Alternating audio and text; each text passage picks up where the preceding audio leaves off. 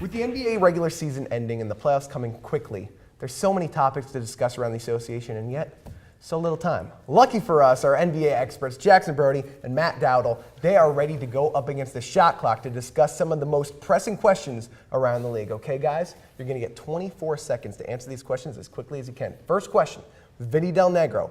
On the hot seat, despite the fact Clippers right now locked in the 4th position in the West.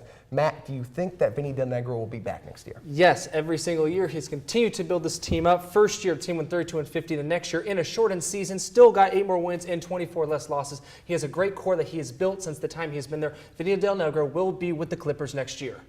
Under the shot clock. Okay, I love the core. Obviously, the team itself is very good. I don't know really how deep right now they can go in the playoffs, but Vinny Del Negro is not going to be back. It's a public secret. It's not even. It's a terrible kept secret that he's willing to deal Eric Bledsoe, DeAndre Jordan. Chris Paul is a free agent, and I know that they do not get along. So that there's something's got to give, if you will. And also, Stan Van Gundy's out there, and I've heard the Clippers like him a lot. So you have to think about that. Both in under the shot clock. I like it. I think Stan Van would be a really good choice, but I could see Vinny getting another chance out in LA, but you never know with Donald Sterling.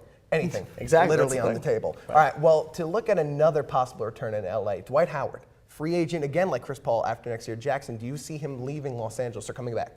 Little drum roll. I'm going to go with the bold prediction. No, I'm going to say that he goes to Dallas. All right. It's been very complicated there. Dallas has some cap room. I know there's a fair amount of money that they're not able to give him, but that would be his own market, his own team. He'd be able to team up with OJ Mayo. Why would he be in a market Rick Carlisle would be a great coach for him. Mark Cuban would be a phenomenal, just to have those two be together. I just don't. Jackson. I think this experience.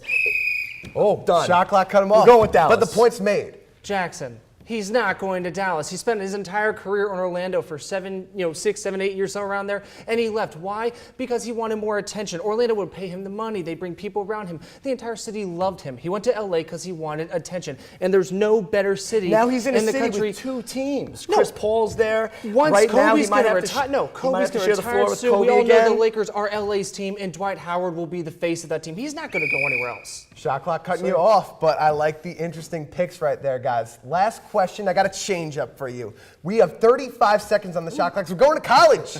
Now, a lot of prospects coming into the draft this year. Guys have to make their decisions. Which team do you think can be helped out the most by looking towards the draft and building through their mat? I'm going to go with Cleveland. To be perfectly honest, we all know exactly when LeBron left. There was all the the owner made predictions. Hey, we're going to get to a championship before the Heat do. No, you will not. That's not accurate whatsoever. They've been rebuilding since, and they are just a few pieces away from becoming a legitimate franchise who's going to be another kind of a playoff team. Again, they have Irving at the point guard, Waiters at shooting guard, Tristan Thompson up and coming at the power forward, and Varejao rebounds like a champ at the center position. All they need is a solid small forward. They're going to try to put a bid in for LeBron James. Not going to happen. Don't think so. Otto Porter's going to come out. I think they draft him, and this team could become, in the next 1, 2, 3 years, another playoff team that's going to be just awesome and fun to watch. Ooh, right in under the shot clock. Well done, Dowdle. Jackson, who do you got?